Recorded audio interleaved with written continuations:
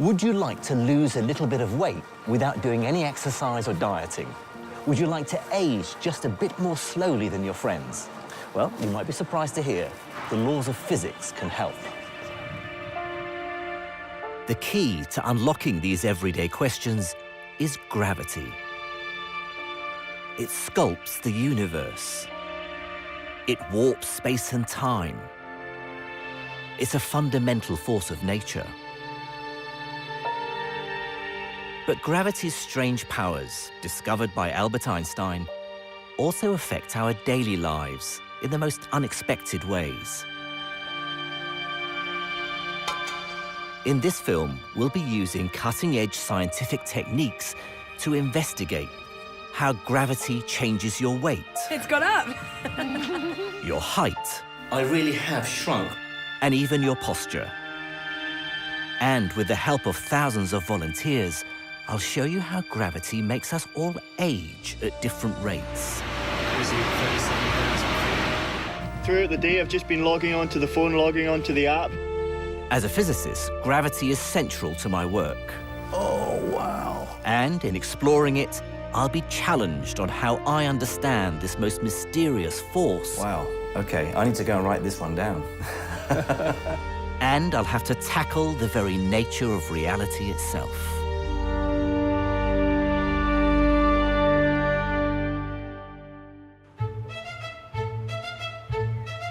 Gravity. It binds together all the matter in the universe, and it makes our existence here possible. But in the end, it all boils down to one simple question. What happens if I drop an object? Gravity's many mysteries are all contained in this single action: how an object falls. Here's the first puzzle. Why does a hammer fall faster than a feather? You might think it's because the hammer is heavier. But that's not the real reason. The answer is air resistance. It's not the weight of the objects that matters, it's their shape. And I can demonstrate this very easily with these two umbrellas. They both have exactly the same weight. But if I open one of them, you can be pretty sure it'll drop more slowly than the other one. In fact, all objects would fall at the same rate if you could only remove the air. The first person to realize this was the 16th century mathematician Galileo Galilei. Famously, it's said he worked it out by dropping objects off the Leaning Tower of Pisa. And he was spectacularly proven right in an experiment carried out on the moon in 1971. Well, in my left hand, I have a feather. In my right hand, a hammer. And I'll drop the two of them here, and hopefully they'll hit the ground at the same time. It worked perfectly. How about that? It proves that Mr. Galileo was correct in his findings. Now, Galileo was obsessed with a second question, too. When you drop an object, it's actually quite hard to tell if it falls at a constant speed or picks up speed as it drops. Even in slow motion, it's pretty hard to tell.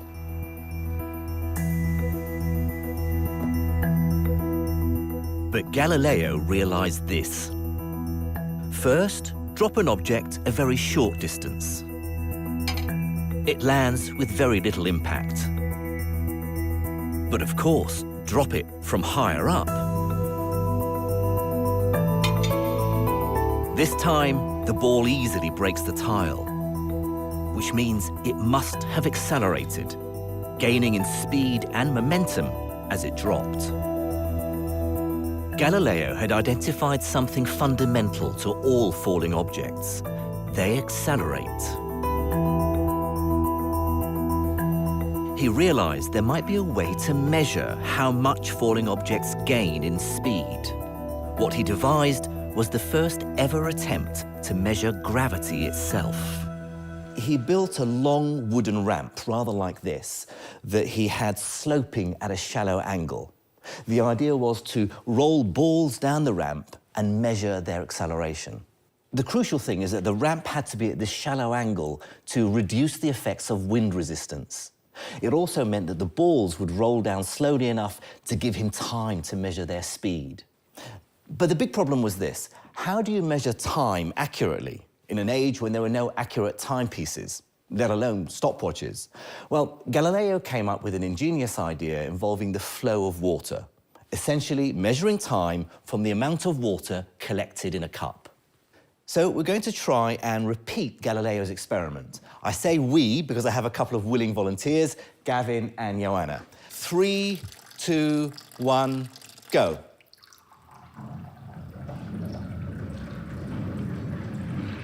And stop. Okay, there's one. Now, if you come down a quarter of the way down the ramp, go. Stop. Okay, so now half of the way down, go. Stop. Just in time. Okay, and then 3/4 of the way down, go. And stop. Right, turn the tap off. Okay, so we have our 4 measurements, and I can see a progression from fuller to emptier. But what we need to do now is find the mathematical pattern by weighing carefully the water in each glass. Weighing the water should give us an idea of how long each roll took. And in our experiment, these were the results. Now, there's one immediate thing you can tell. The ball really sped up the longer it rolled. In fact, our results seem to show that the time it took to cover the first quarter of the ramp was about the same time it took to cover the next 3 quarters. Right. So we have a strong hint of a mathematical pattern. Now we'll see if we're right by placing bells along the ramp at intervals which are based on the results. Okay. This arrangement looks a bit strange because the gap between the first 2 bells is much shorter than the gap between the 3rd and 4th bells. But that's okay, because if we've got our calculations right, the ball starts off slowly, so it covers a shorter distance, and as it picks up pace, it'll cover longer and longer distances. So we should hear the bells ringing at equal intervals in time. Go.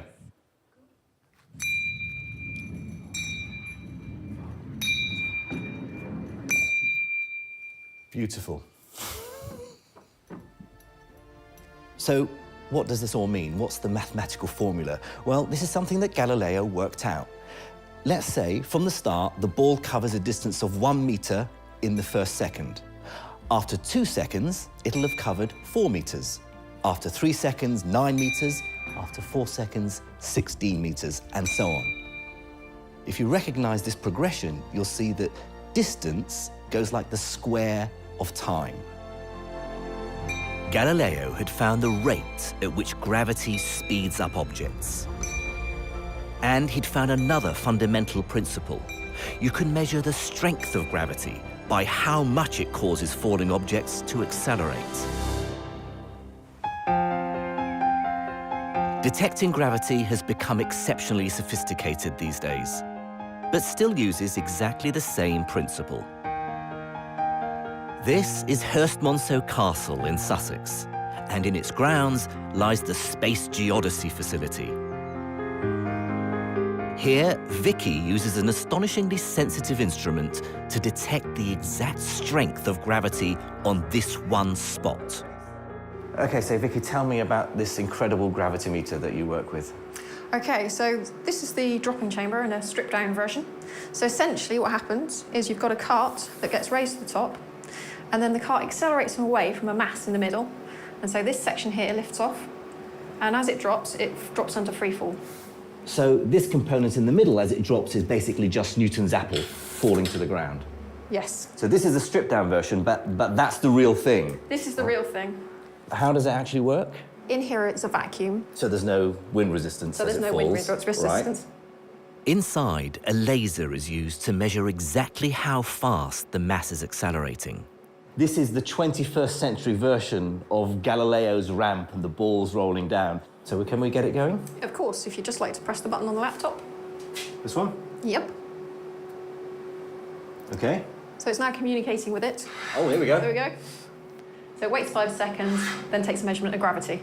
And repeats. again. Oh, and you can see the results appearing now. Yep. Each of those green dots is a measurement of gravity with the actual number that it's getting for each one. The unit Vicky uses has a familiar ring. I see that the number up at the top here. So you've got this unit, microgal. Yes, gal is essentially 1 centimetre per second squared. The gal was named after Galileo. So we've just taken the measurement of gravity here today, and it's this highly accurate number, 981124007 microgals. The reading means that the Earth's gravity speeds up a falling object by around 9.81 meters per second for every second it drops. Vicky tells me something intriguing. She takes a reading here every week, and she's found that the strength of gravity changes by tiny amounts over time. Heavy rainfall, for example, can cause gravity to increase slightly. Presumably, if gravity is changing here in one spot, it'll have different values all around the world. And so you can have a gravity map of the entire planet. That's right, yeah. So what's the reason for these strange fluctuations? That's what I want to investigate next. So, gravity changes as we move across the surface of the Earth. Well, this lies at the heart of a challenge that I've set 2 young volunteers. I've given them a task to try and find the place in Britain where gravity is at its weakest, so where objects would weigh the least. And I've given them just 3 days to try and find it. The volunteers are Estrella Sendra, a PhD student.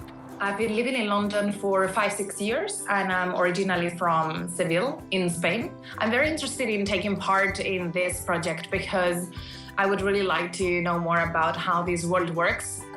And Poppy Begum, a journalist who lives in London. I did my degree in biomedical science, and I did biology and chemistry for my A-levels, but I haven't done any physics since I left school. I'm fascinated to find out more about gravity, and I actually enjoy a puzzle. I like a challenge. Now, the team can't just weigh themselves to see changes in gravity. Body weight fluctuates naturally by a couple of kilos over the course of a day, whereas changes due to gravity as they travel around the country are going to be tiny in comparison, a matter of a few grams. So they're going to have to use sophisticated scientific methods if they want to measure gravity accurately. And that's why the volunteers will be joined by 3 specialists in gravity science. PhD student Sonak Bose. He'll be in charge of some very sensitive measuring apparatus from the National Physical Laboratory. Sean Hughes, a geologist, who'll be using a portable gravity meter. And Andrew Ponson, a cosmologist at University College London, who'll help interpret the results. We've taken a collective weight for the team before they set off. It's 380 kilograms. So can they find the place in Britain where that'll decrease? They're setting out in Snowdonia National Park in North Wales. The railway climbs from here to the 1,000-metre summit of Snowdon. Sean takes his first gravity reading.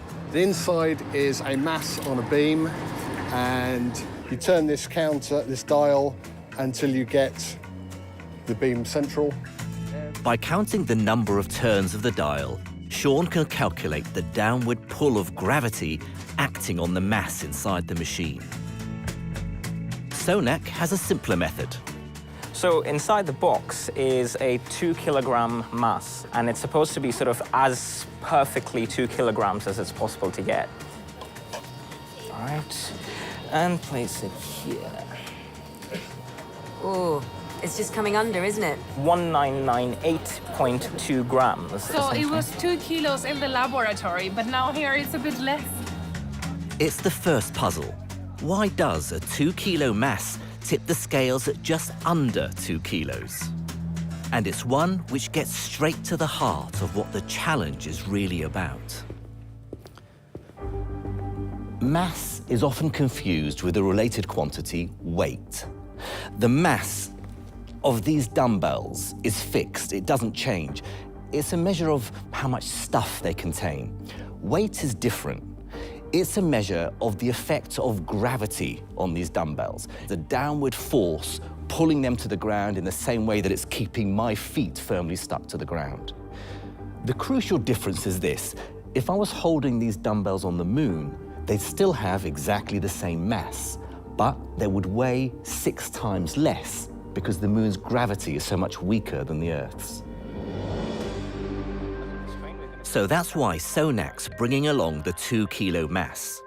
If it changes weight, then this should mean that gravity itself has changed. Ahead of them is the summit of the highest mountain in England and Wales, famed for its stunning scenery. Or it would be stunning if you could see it. And this is what we came all the way up here for, this amazing view at the top of Snowdon. You wouldn't know it, but honestly, we are here. So we're now near the summit of Snowdon, and I've set up the gravimeter again, and we're going to see what the difference in the reading is. He has to turn the dial again and again to try and get a reading. It's clear gravity has changed, but which way? Has it got stronger or weaker? The team leaves Sean to work out his results and tries to position the scales as close as possible to the summit. But the reading is all over the place. Oh, It's gone up. So it's fluctuating quite a lot due to the wind. I have to say, this is what science is always like, isn't it? It's never quite what you want it to be. So they head inside to the cafe next to the summit. The wind was being a bit naughty, but hopefully, I mean, now it's in it's gonna work 0, fine. so it should be all right. 1998.2 down there, 1997.8. There you go. We've got it. That's 0.4 of a gram off. The mass weighs a tiny bit less. It's lost about 1/5000th of its weight. And Sean's found that gravity itself has reduced. At the top of the mountain, we took the measurement, and we discovered that the pull of gravity had gone down. It had gone down an equivalent of 206 turns of the dial, and we worked out that that's equivalent to 219 milligals. So it's clear from the team's measurements, gravity weakens as you go higher and you get a bit lighter. It's just an excuse to say, where are we, like the lightest? Who cares? But in the sense that Who does care? it's actually really interesting. It's like an illustrative example of seeing how this is actually fluctuating depending on different factors. Yeah, absolutely. And that we could measure it and we could see it with our own eyes. It actually makes you think about gravity in a very active way. It's such a fundamental force phenomenon in nature, but we don't know much about it. But why does gravity change with altitude? To understand that question, you have to get to grips with the extraordinary discoveries of the next scientific giant in our story, Isaac Newton. Born in England in the middle of the 17th century, he spent his life wrestling with so many apparently separate questions, from why things fall to the ground to why planets orbit the sun. It took the genius of Newton to realize that there was one single equation that could answer all these questions. And here it is, his famous law of gravity. It might look complicated, but this is one of the most important equations in the whole of science. F here is the force. Now, Newton said there's an attractive force between any two objects in the universe. On this side of the equation, G we call the gravitational constant. Now, Newton knew it had to be there, but he didn't know what its value was. M1 and M2 represent the two objects, and r is the distance between them. Now, the equation tells us that the more massive the objects are, the bigger m1 and m2, the greater the attractive force. But the further apart they are, the bigger the value of r here, the weaker the gravitational force. With Newton, what was once mysterious now became clear. Newton's equation describes why an object falls to the ground, including his famous apple. But its true genius is that it applies to any object, anywhere in the universe. So it's a very simple and elegant way of describing some of the seemingly most complicated phenomena in the cosmos. His law of gravitation can still be used today to explain how orbits work, to predict when a comet will return, to describe why galaxies spin, or to slingshot spacecraft around planets. Newton tells us to look for the underlying simplicity in natural phenomena. For instance, how the moon orbits the Earth. If I let go of this apple, it'll fall straight down because of the pull of Earth's gravity. But if I throw it, to begin with, it travels in a horizontal direction, that's the direction of travel, but Earth's gravity is still pulling it downwards, so it ends up following a curved path.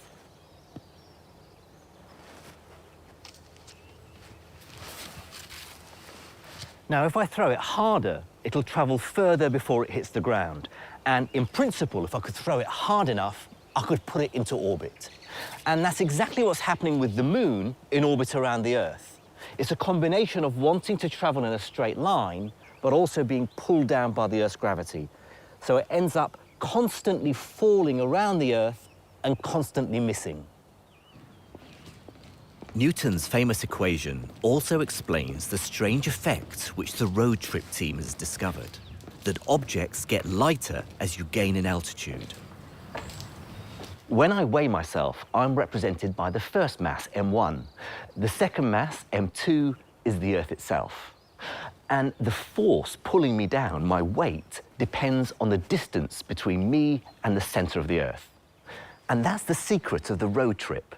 If you want to find the place where you weigh the least, then you have to get as far away as you can from the Earth's core.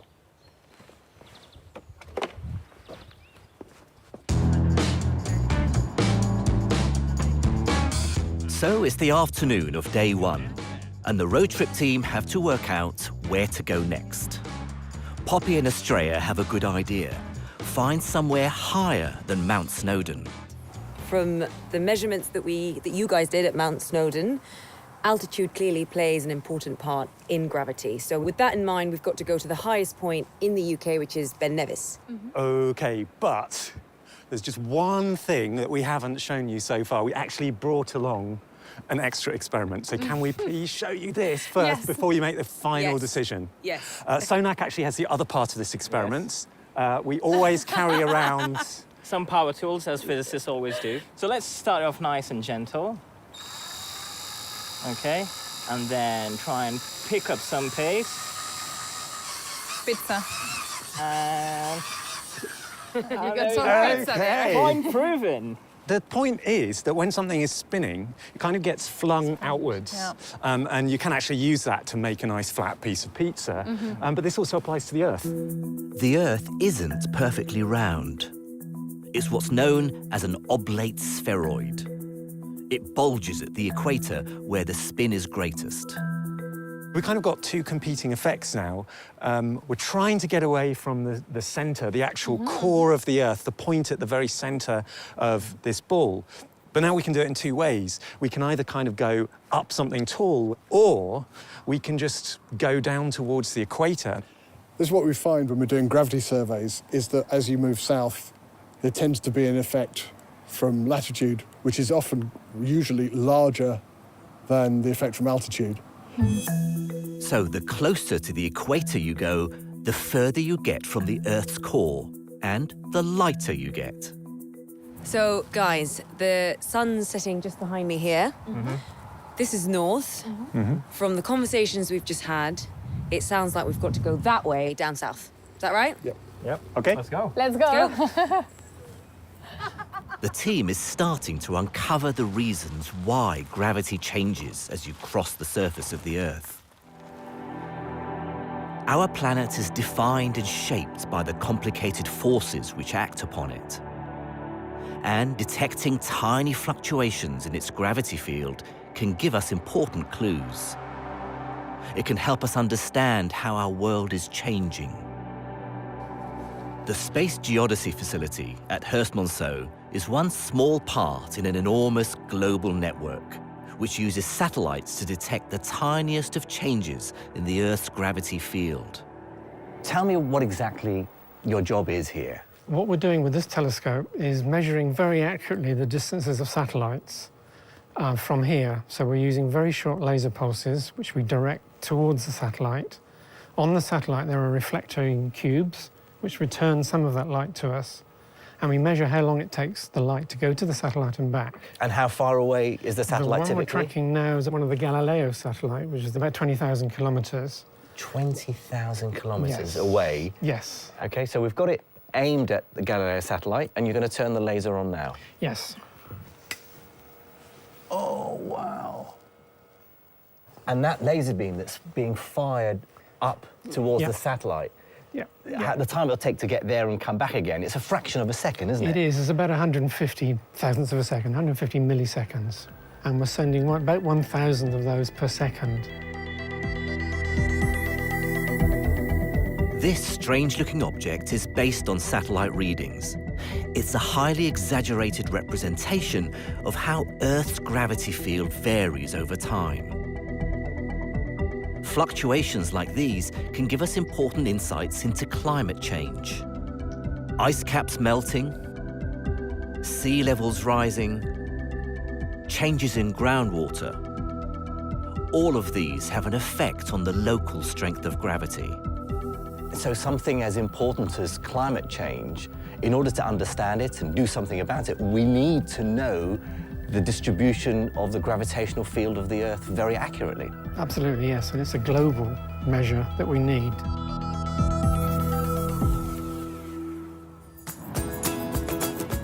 For the road trippers, it's the start of day 2. And they're heading for the south coast. They're stopping off in Herefordshire. It's a good location, as it's the same altitude as the base of Snowdon, but they've moved about 80 miles further south. So if they find gravity changes here, it must be due to latitude. It's not a huge difference, but it's noticeable. Our counter reading at the bottom of the mountain was 4,840. Yeah. Our counter reading here is 4,717. All right, so we do get to see a difference. So we're actually at the same altitude as the base of Mount Snowdon, but because we've travelled further down south overnight, gravity's less here. Yeah. They push on.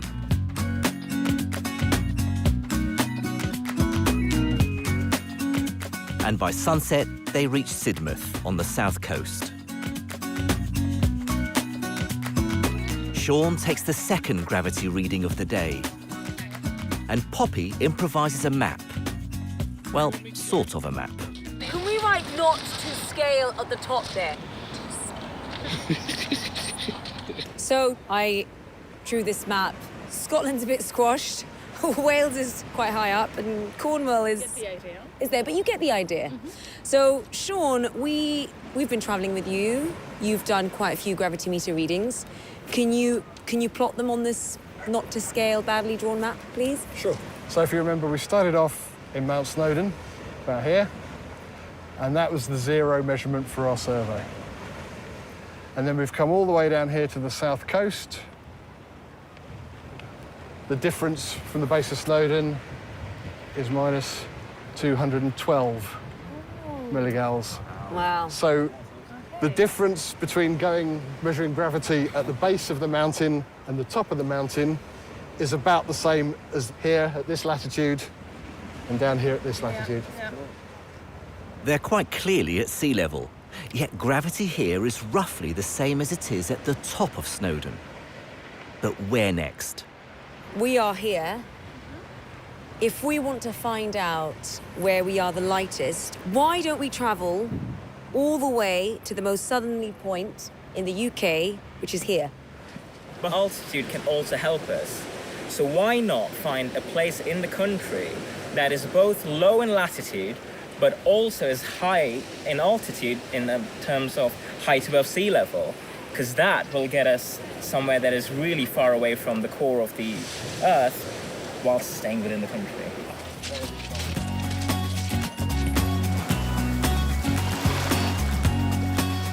So, the answer to the puzzle lies in a combination of two factors. How much further south should they go, and how much higher? At the end of day 2, Sean's results show that the team weighs about 80 grams lighter in total than back at the base of Snowdon.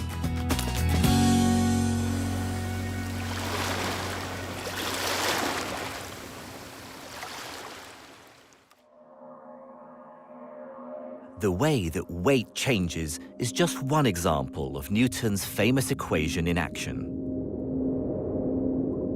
But Newton had left his masterpiece incomplete. He didn't know the value of G, the gravitational constant, which sets the size of the force. To harness the full power of the equation, you need to know G. And the vital clue came with an incredible experiment conducted in London at the end of the 18th century.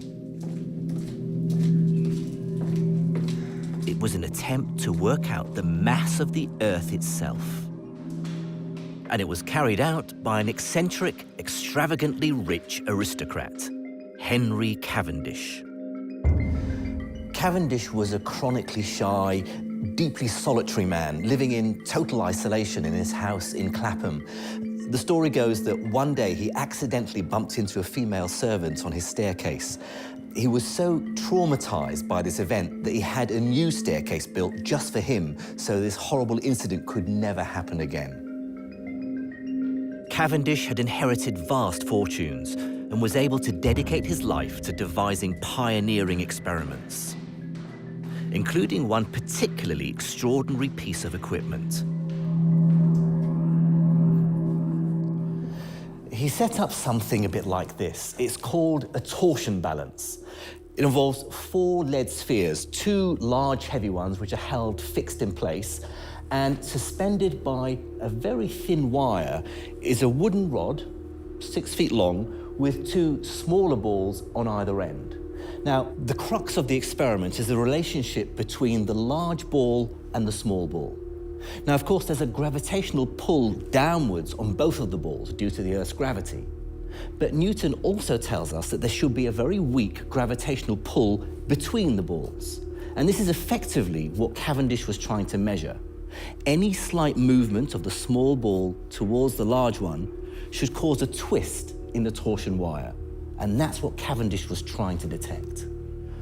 Of course, this is all much easier said than done. The experiment was incredibly sensitive. The tiniest of vibrations, the slightest breeze, changes in temperature could all influence the measurements. So Cavendish had to isolate the apparatus inside a box and the box within a shed. He even realized that his mere presence next to the apparatus could influence things, so he had to remove himself outside the shed. What he then did was sit outside the shed and through a small hole in the shed wall, look through a telescope to detect the tiniest of twists in the wire. It was an incredibly difficult process, but after many months, he finally felt confident enough that he had a reliable result.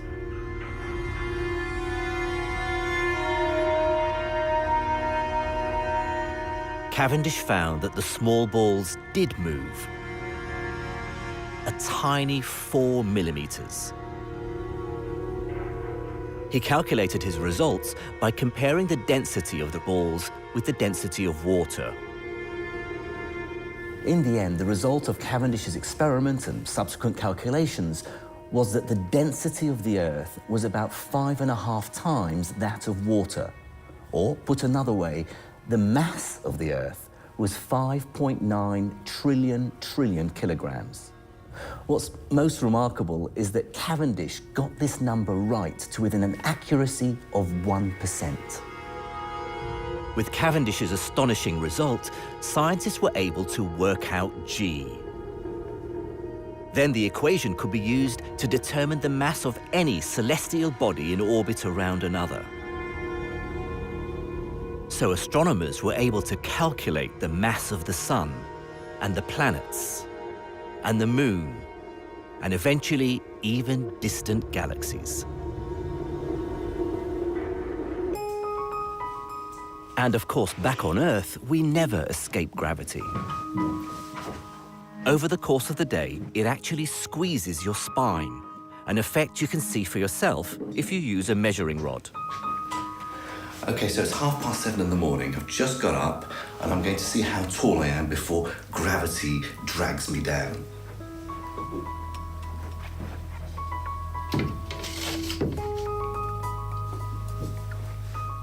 That's 178 centimeters, or just over 5'10". Over the course of the day, gravity compresses the fluids in your spine. Right, it is just past 11 p.m. I've been standing up for most of the day, so let's see if gravity has had an effect on my height.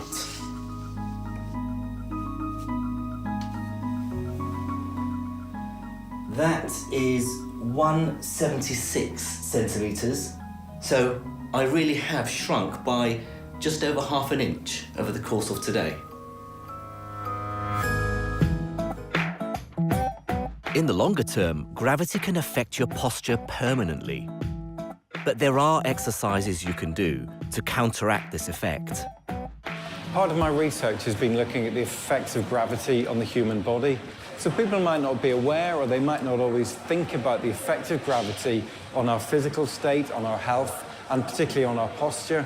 However, because it's such a constant force, gravity has a massive impact over the course of our lifetime. As you get older, you can develop a stoop, which is damaging to your mobility. Gokul here has actually got very good posture, but I'd like you to just show not so good posture. So when poor posture is really rounded shoulders and then loss of the curve in the back as well. Can I just ask you to raise up your arms when you're in that posture? So, no, and then just come back down, shoulders back into normal, and then raise your arms. You can see the effect of posture on function. Ironically, the exercises which many gym goers do actually make your posture worse. That's if you only exercise the frontal muscles, like the chest and abdominals. So it's recommended you exercise the back muscles just as much, to straighten you out and counteract the effects of gravity.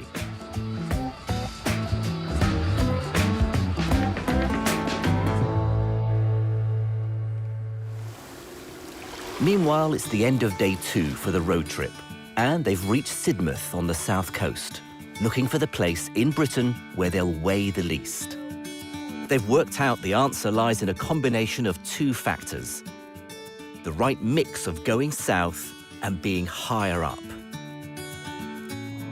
And for the final leg of the journey, I'm going to meet up with them. I asked them to drive a short distance west to one of the most remote areas in mainland Britain, Dartmoor National Park.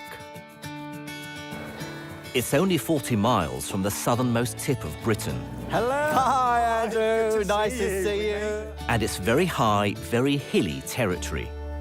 Jim, the team got to the south coast yesterday to find gravity at its weakest. But we haven't quite figured out whether it's altitude or latitude. Do we go further south or do we go higher up? You're right to ask, do we go as far south as possible or as high as possible? That's why I've brought you here to Dartmoor, and we've charted the most important points on this map here. All right. Let's have a look. So we are here, 2 bridges. Yeah. These 4 dots represent these hills up there behind us, which are at about 500 meters above sea level. So that's what we want to check out. These hills are close to the south coast, and they're also the highest in the whole of the south of England. So logic suggests there must be the right combination of latitude and altitude. Well, there's another reason why this makes perfect sense, one which we haven't looked at yet, and that is the effect of the underlying rocks on gravity. And I've got a map here that shows... You're going to trump my map with yours, aren't you? Here we are, down here. Now, these blue areas are the lowest areas according to the density of the rocks underneath. The rocks around here are made of granite, which will make gravity weaker still. So that's helping as well as the altitude and the fact that we're further south. Yep, it's also playing a part. Well, we have a plausible theory, but now we need to test it. If I'm right, then at the top, our gravity reading should be by far the lowest reading of the trip. Of course, there's another effect of gravity to deal with now. It's knackering when you head uphill. OK, so I think this is pretty much the start of the hills we've located on the map. So let's see if this is the lightest place. Sean, if you want to get the gravity meter out, and we'll take another reading here. Yep. OK? Sean sets up his equipment one more time. What's the news? Well, at the bottom of Mount Snowdon was our 0 for this test. We found we lost a certain amount by going up to the top of Mount Snowdon. We found we lost a certain amount coming south to the south coast. Not only have we beaten that, we've smashed it. Brilliant. We were minus 219 milligals lower at the top of Mount Snowdon. Here on Dartmoor, we're minus 347 milligals lower. Brilliant. So it is a combination of three things. We're far south, so that's the latitude. We're at altitude, we're quite high up, and we're surrounded by all this granite rock, which is low density anyway. I hope you all think it was worth the climb up here anyway. Yeah, absolutely. There you go. Boom. Science. Now, we already know that the altitude of these hills takes us much further from the Earth's core than anywhere else further south in Britain. So gravity must be weakest here. There's extra evidence too. The British Geological Survey has compiled tens of thousands of gravity readings made in the UK, and the lowest readings ever recorded were all taken around here, on the high hills of Dartmoor. What do we do to celebrate? We weigh ourselves, of course. The FX weight that much. It's all them Nutella pancakes for breakfast. 74.75. I need to lose weight. I can tell you that you should weigh something like 20 grams less than you did at the base of Mount Snowdon. Guys, I'm guessing something like 25 to 30 grams less. So if you want to weigh as little as possible, this is the place in Britain to come. But in any case, it's such a tiny amount that it's going to be wiped out entirely by whatever it was you had for breakfast this morning.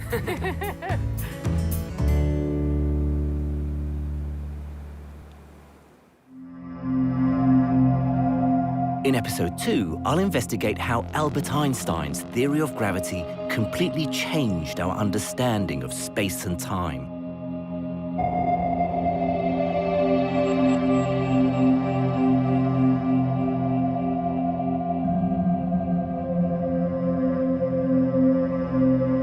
I'll travel to Louisiana in the USA to listen to the sound of black holes colliding. Biggest source of energy in the universe, one of the biggest events you'd ever measure, and we just barely saw it. And with the help of thousands of volunteers and a smartphone app, I'll explore how the science of gravity can help you age slower.